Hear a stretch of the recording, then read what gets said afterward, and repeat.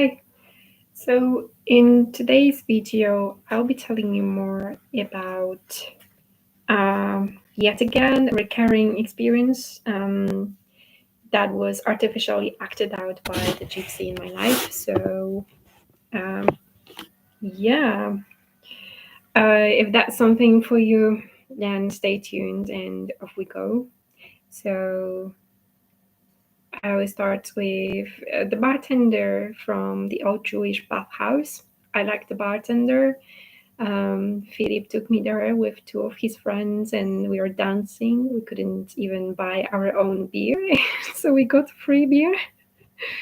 And I like the bartender over there, and I saw him later on 3 times in my life when I needed some money for the bus when being a stripper and waiting for the salary. So yeah, he gave me a coin and he asked me if I wanted more, and I was like, no, I'll go and ask somebody else in my thoughts because I was like, no. Okay. So when giving flyers in Krakow, this okay. When giving away flyers, this light is today unusual. So when giving flyers in Krakow, I met a very similar man with dark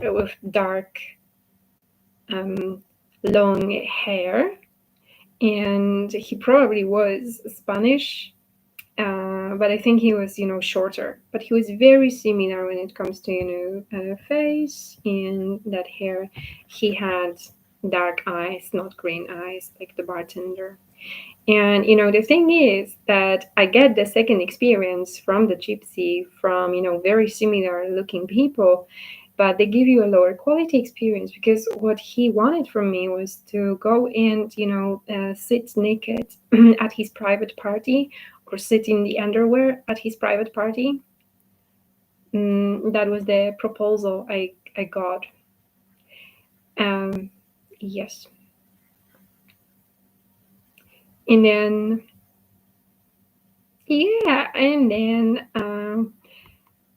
I met a Jewish boy, and I had sex with him in a monastery. And later on, I met someone who was very similar to him, and that man turned out to be a police officer yet once again. So before having sex with me, he wanted to see my ID, and I showed him my ID. And then I wanted him to stay longer, but he couldn't because he said that his friend, that I met him with his friend, he told me that his friend could be in danger, or he had to go and find his friend because nobody knows what would happen to him, which was for me like, this is Taranov. And he's like, yeah, but things happen. And I thought, they were policemen. Like, the people are trained to. I even worked myself at night in Tarnów, which may sound like it does, but I liked walking on my own, even at late hours. Yeah. So what I want to tell you here is that if I didn't sleep with this Jewish boy, I wouldn't be able to tell you that actually gypsy men in sex take away from you your sexual pleasure. Or,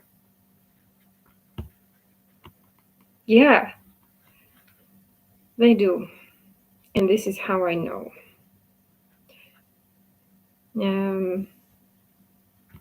Then, as I had my Jewish fortune teller, who was my sister's friend, then my cousin and her friends took me to their fortune teller.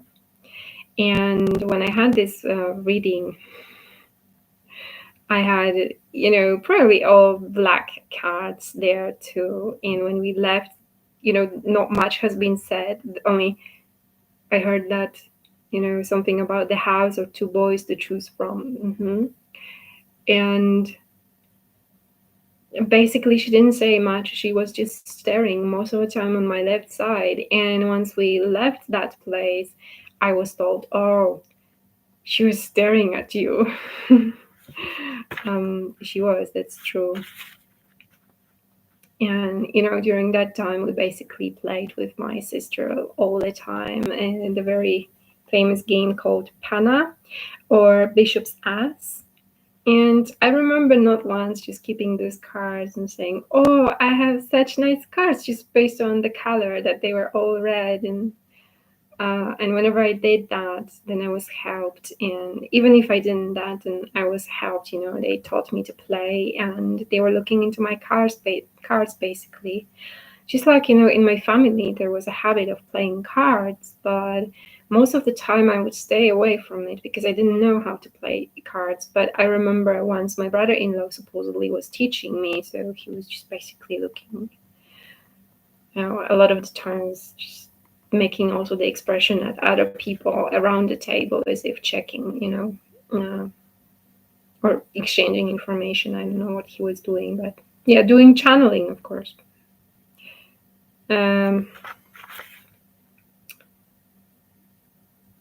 And yeah, there's one more thing.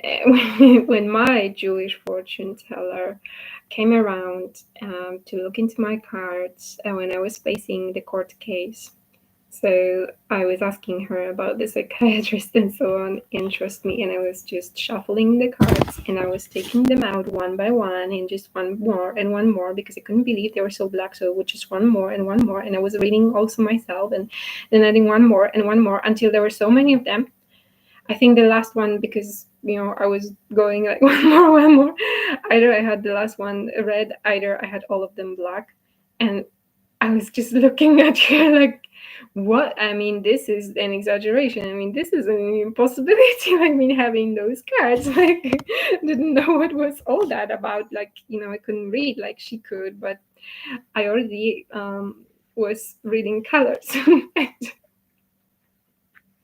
And I had enough when I saw them. Trust me. That was fun. But as you can see, I'm fine. I mean, yeah,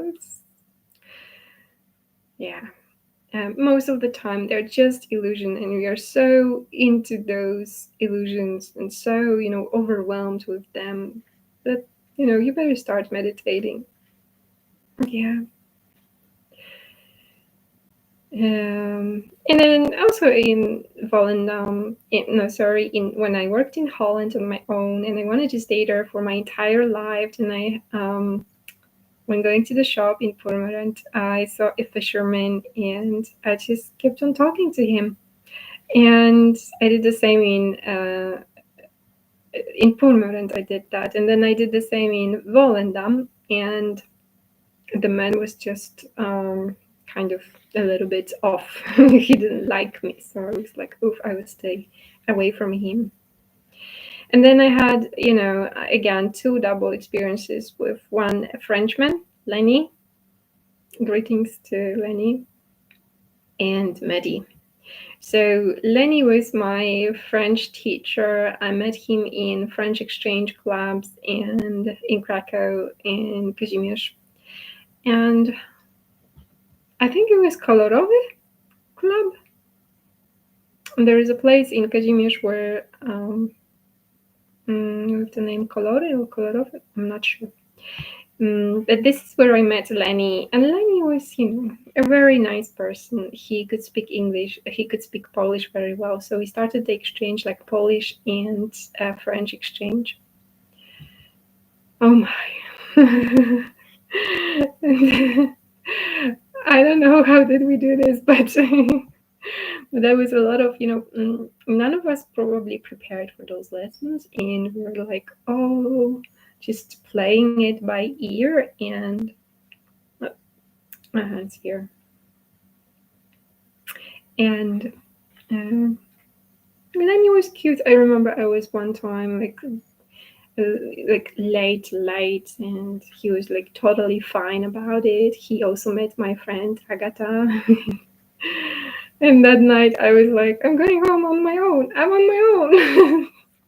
So I was going home on my own, and I had to eat something on my own. And then I lost my way from Kazimierz, which was somehow happened to be later a typical thing.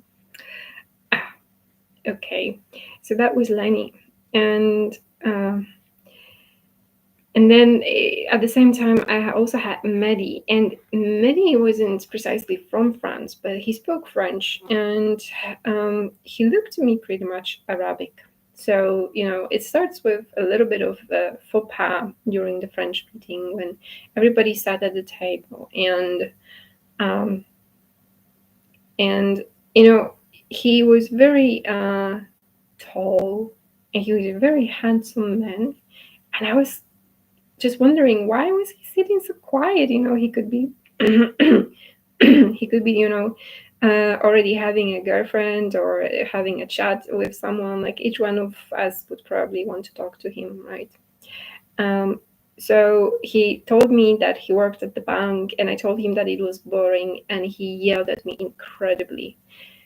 Like, I was always, having a great distance to what people say. I would probably explore, like, why would you say it? What do you know about it? Because the common belief is that it's a great job. And in fact, it is a great job. Totally is. I think it is. And it's a job that, makes an impression. So that reaction was like exaggerated for me. So I thought he would, follow up, ask questions. Maybe I wanted to appear a little bit of, like, ah, I don't know. So he started to teach me French too, and in front of him, I didn't know the alphabet. So I pretty much felt like an idiot. And when we had a date, this is the worst part. When we had a date, this is going to be disgusting. Maybe I will leave you this part. Yeah, this part is written in the book, and this part is in the course, Amelia. Okay, but he broke my shoe, and yeah, that was the end of the meetings, basically. I was left with a broken shoe. That wasn't nice. And, I told you also that, let me just, there's more.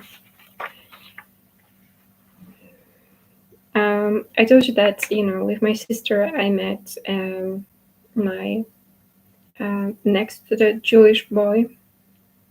And so shortly after that, I met this Arabic man, and I went to his flat, and we were almost starting something when I decided to go home. And I don't know, there was just this question, showing up, like, why are you leaving? I didn't know. One of the answers was that, I brought him some beer, and he couldn't even open that beer. He just drank himself some wine. And when my wine was over, I didn't get any more wine. But that was part of the reason. So when it comes to Jewish and Gypsy, later I had a student who was Jewish. His name was Joseph, and Joseph was, very easygoing, very inspirational. He would give me, recommend me some good sources to check out, like The Game Changers, the film that I haven't forgotten.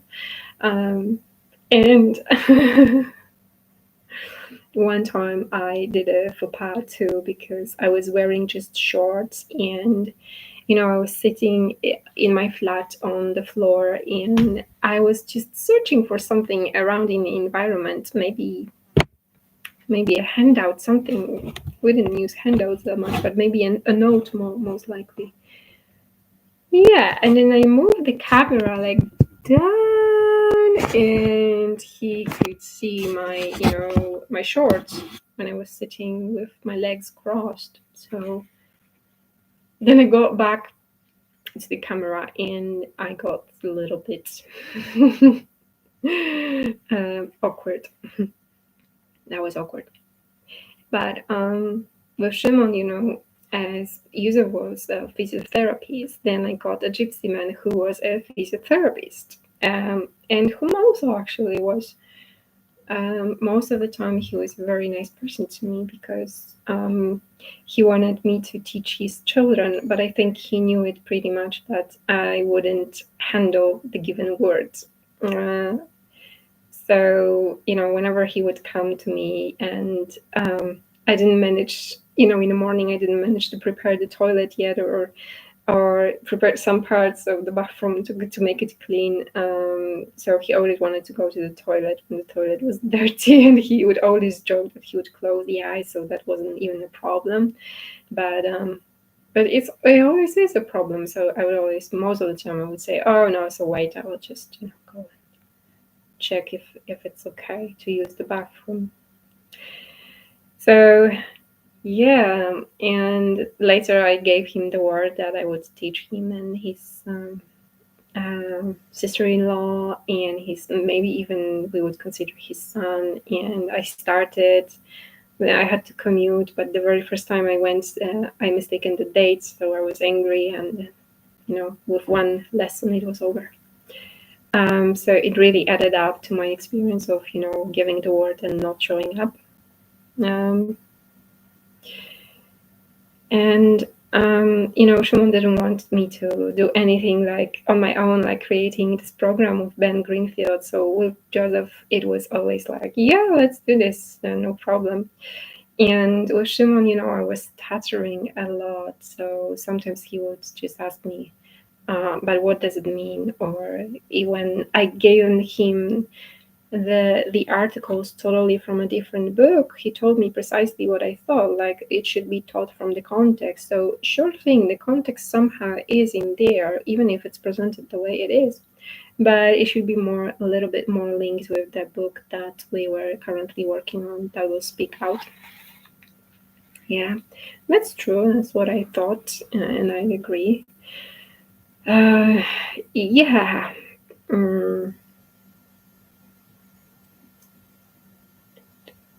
What? I'm trying to read my own notes. Oh. So in Poland, I had an experience when waiting for the traffic lights to change. I was looking at the man in a car, and the car was standing still. And somehow, when he started the car, he was still looking at me. I was still looking at him, and he hit with his car another car. So I felt horrible about it. And, a few years later in Holland, I had a situation when I was just coming back from somewhere, maybe Amsterdam, or maybe this language test. And I was walking the street that didn't have any pavement, but that was not a novelty to me. In the village, we used to have such a road, with no pavement. So I was walking that road, and then the car stopped, and I somehow knew it stopped for me, So the car stopped, and I saw that yet another car just hit this car on the road, on the when it was standing. So when approaching him, I just picked up the biggest things. I wasn't sure if that was all, but all that I saw, I picked up. And I told him about it. And in the car, I was just surprised that, like, aren't you angry? Aren't you like worried or something? Like, I felt bad about it. And he told me it was just a car, and human life is more important than just a car.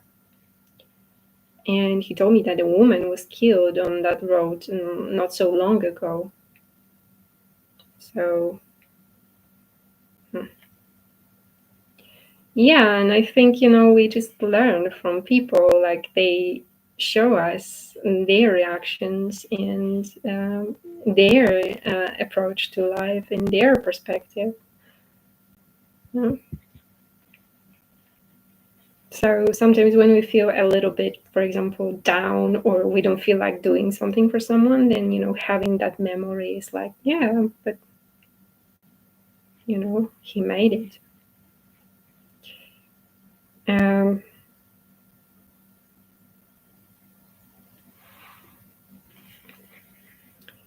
Oh, yeah. So when I was having my lessons, I wanted to tell you more about Shimon. So when having lessons with him, he told me about, one of the trainings he had, like sending a letter to yourself, to your own self in a few years, and the coach who conducted the training sent actually them those letters, and he managed for all those years to forget about the letter. So. Um, and he also asked me what I was grateful for, and I just didn't know what to say. And I was such a yeah, and he was grateful for his family. Mm, okay, so I'm telling you these two because this is what Dean and Tony and Dean got together. I learned about this. Activity with the letter from them, and they also talk a lot about being grateful. So, and then there was one yet double experience. So first, I saw Jewish people by the Great Synagogue. So it is typically called Bima. Um, the remindings of the synagogue. And I don't know what I exactly thought. Something like, I'm sorry about Holocaust, and I go like, you pray in my thoughts, and they go like, don't you mind us praying? And I'm like, no, I don't mind you praying at all. And I thought also about the walls of the synagogue and the renovation, and I thought that when in the past I would touch the synagogue, then it would have a different feeling, like it would be colder in temperature, it was different in the reception. Than it is after the renovation. But after the renovation, I just didn't touch it. And you know, one time, maybe the second time when I met them, there was a maze created out of them. That means, there were so many of them, and I was wearing a pink blouse then, and I was walking with my very big, I don't know if it's a briefcase or a file, but it was, so big for, artists, going with this big file, and I had portraits, drawings of people in it, and I just stood in front of them, and I was like, okay, so let's go through it. So when walking through that maze, I was actually curious about them, and especially, with the perspective of the time when I look at it, what I felt was like, this politeness, this balance, this, something interesting, something calm. So that was cute. And but also, when I think of it, some of them were channeling me, so they also look like aliens to me in the moment, and therefore I couldn't read that well their faces because I didn't know what was channeling. So it kind of, yeah. um, you'll see it with time yourself when you see channeling eyes on you. Yeah. Mm. And I think the third time I met Jewish people in Thailand was during the concert by the same Bima, the Great Bima. And I actually was going to them. I was going to them. I saw them sitting on the bench, but on the stage, and there was Adam Bartosz. And when he looked at me, I was like, "Oh my, I'm out of here." and and thanks to that meeting, after the years when I was reading the book by Adam Bartosz, I knew what type of book I was reading. By what type of person that book was written. Um, because that feeling wasn't funny at all.